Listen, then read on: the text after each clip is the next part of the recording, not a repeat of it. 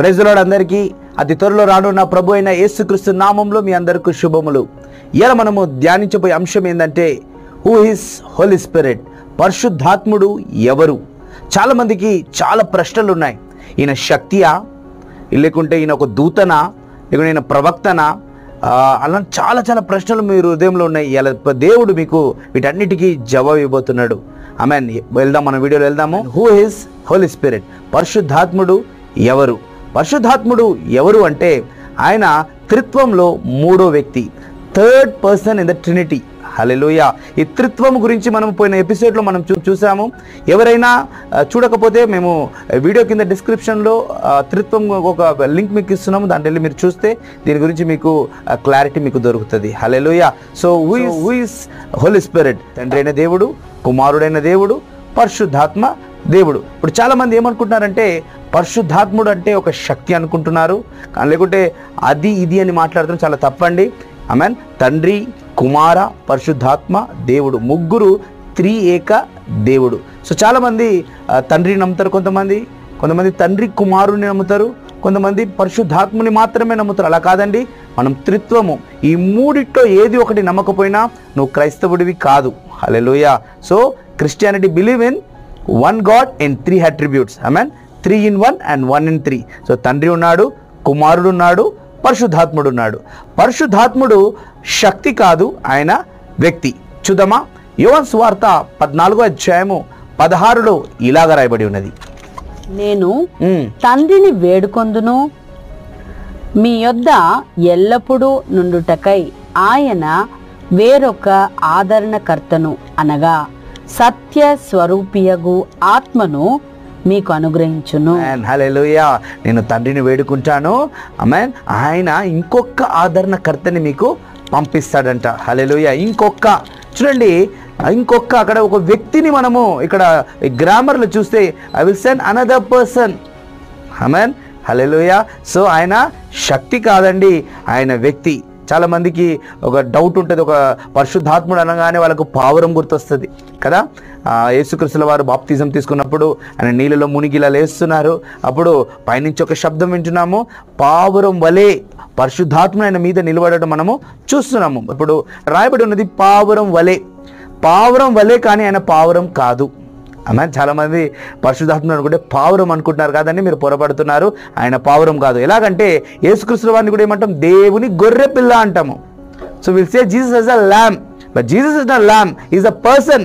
ఆయన క్యారెక్టర్ని ఆ ల్యామ్తో పోల్చడం జరుగుతుంది. అలాగనే పరిశుద్ధాత్ముడు పావురం కాదు. ఆమెన్. ఆయన కూడా ఆయన వ్యక్తిత్వాన్ని, ఆయన ఇట్స్ నాట్ డవ్, ఈ రిసెంబుల్స్. ఆమెన్. సో ఇక్కడ ఒక క్లారిటీ మనకు కావాల్సి వస్తుంది. ఓకే, మరలా నేను వస్తున్నాను. పరిశుద్ధాత్ముడు శక్తి కాదు, ఆయన వ్యక్తి, ఈజ్ అ గాడ్ హెడ్. ఆమేన్. ఇంకొకటిగా మనం చూద్దాము, 5వ అధ్యాయంలో 3-4 వాక్యం మనం చదివినప్పుడు మనకి ఇంకా క్లుప్తంగా అర్థమవుతుంది. పేతురు, అనన్య, నీ భూమి వెలలో కొంత దాచుకొని పరిశుద్ధాత్మను మోసపుచ్చుటకు సాతాను ఎందుకు నీ హృదయమును ప్రేరేపించెను?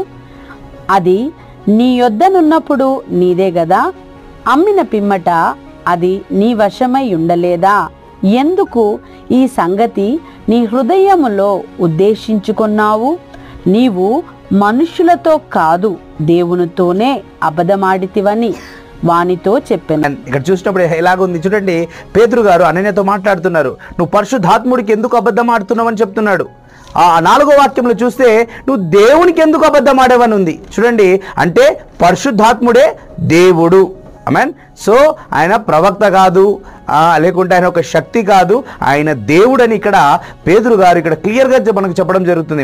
మొదటి 3వ వాక్యంలో మనం చూసినప్పుడు నువ్వు పరిశుద్ధాత్ముడికి ఎందుకు అబద్ధం చెప్పావు, అదే 4వ వాక్యంలో చూసినప్పుడు నువ్వు దేవునికి ఎందుకు అబద్ధం ఆడావని చెప్తున్నావు. అంటే పరిశుద్ధాత్ముడు దేవుడు. హల్లెలూయా. తండ్రి ఎలాగ దేవుడో, కుమారుడు ఎలాగ దేవుడో, పరిశుద్ధాత్ముడు కూడా దేవుడండి. సో ఇక్కడ ఒక సందేహం మనకు ఉండడానికి వెళ్ళలేదు. కొన్ని బోధనలు వచ్చాయి, కొన్ని బైబిల్లో ఉన్న వర్డ్ని కూడా వాళ్ళు ఎక్కడెక్కడ హీ అని ఉందో, ఆయన అని ఉందో అక్కడ హిట్ అని రాశారు. సో మనల్ని చాలా కన్ఫ్యూజ్ చేయడానికి అలాంటి చాలా వేరే వేరే కాన్గ్రిగేషన్స్ ఒక కల్ట్ ఒక డాక్ట్రిన్ ఏంటంటే పరిశుద్ధాత్ముడు ఒక శక్తి అని. కాదండి, పరిశుద్ధాత్ముడు ఆయన మీ మీదికి వచ్చినప్పుడు ఆయన శక్తిని ఇస్తాడు, కానీ ఆయన శక్తి కాదు. ఆమెన్. పరిశుద్ధాత్ముడు ఇన్ఫ్లుయెన్స్ చేస్తాడు, ఆమెన్, కానీ ఆయన ఇన్ఫ్లుయెన్స్ కాదు, is a influencer. Hallelujah. So ఈ యొక్క డౌట్ మనకు ఉండకూడదు. ఆయన ఫోర్స్ కాదు, ఆయన ఎక్స్పీరియన్స్ కాదు, ఆయన ఫీలింగ్ కాదు, is a person. Hallelujah. So is a person. So don't forget, Holy Spirit of God is a person in Godhead. Amen. 1 father God, number 2 son, number 3 Holy Spirit of God. Hallelujah. So is a Godhead. So ఆయన దేవుడు, ఆయన దేవుడు, ఆయన దేవుడు. సరేనా? పరిశుద్ధాత్మ దేవుడు. ఆయనకి మనకు రివరెన్స్ ఇవ్వాలి. కొంతమంది పరిశుద్ధాత్మగానే అది ఇది అని మాట్లాడతారండి, అది చాలా తప్పండి. ఆయన దేవుడు. కాబట్టి చాలామందికి కూడా పరిశుద్ధాత్ముడి గురించి చాలా అవగాహన లేదు. చూస్తే ఈ ముగ్గురు ఎలోహిం దేవుళ్ళు కదా, తండ్రి, కుమార, పరిశుద్ధాత్మ. ఎట్లా 1 in 3, 3 in 1. సో మరలని చెప్తున్నాను, ఏమైనా డౌట్స్ ఉంటే మనం మళ్ళీ బ్యాక్ వెళ్ళి వీడియోకి వెళ్ళి మీరు మన డిస్క్రిప్షన్ చూసినప్పుడు మీకు ఇంకా అది క్లారిటీ మీకు. ఒకటి ఏంటంటే ఈజ్ అ పర్సన్ అని మనం చెప్తున్నప్పుడు ఆయన మనతో పాటే ఉంటున్నాడు కదా. ఇంకొక ఆదరణకర్త చూడండి, తండ్రి అయిన దేవుడు పరలోకంలో ఉన్నాడు, కుమారుడు తండ్రి యొక్క కుడిపాక్షంలో ఉన్నాడు, పరిశుద్ధాత్ముడు ఈ భూమిలో యేసు నామములో మన మధ్యలో సంచరించే దేవుడై ఉన్నాడు. Hallelujah. So Holy Spirit of God ఒక కాలం. చూడండి, తండ్రి కాలంలో చాలామంది తండ్రి మాట వినలేదు. ఇజ్రాయెల్ జనులు కానీ తండ్రి మాటకు వాళ్ళు లోబడక వాళ్ళు నాశనమయ్యారు. కాబట్టి వాళ్ళకి అర్థం అవ్వాలని ఆ వాక్యమే శరీరధారి అయి మనిషిగా వచ్చి 4 గాస్పుల్లో Matthew, Mark, Luke, John, amen, మన మధ్యలో సంచరించాడు. అప్పుడు వాళ్ళందరూ ఏమన్నారంటే, కుమారుని అంగీకరించలేదు కానీ మేము తండ్రిని అంగీకరిస్తామని చెప్పారు. అలా అంటే జెనసిస్ నుంచి మలాకి వరకు ఒక తండ్రి ఒక కాలం.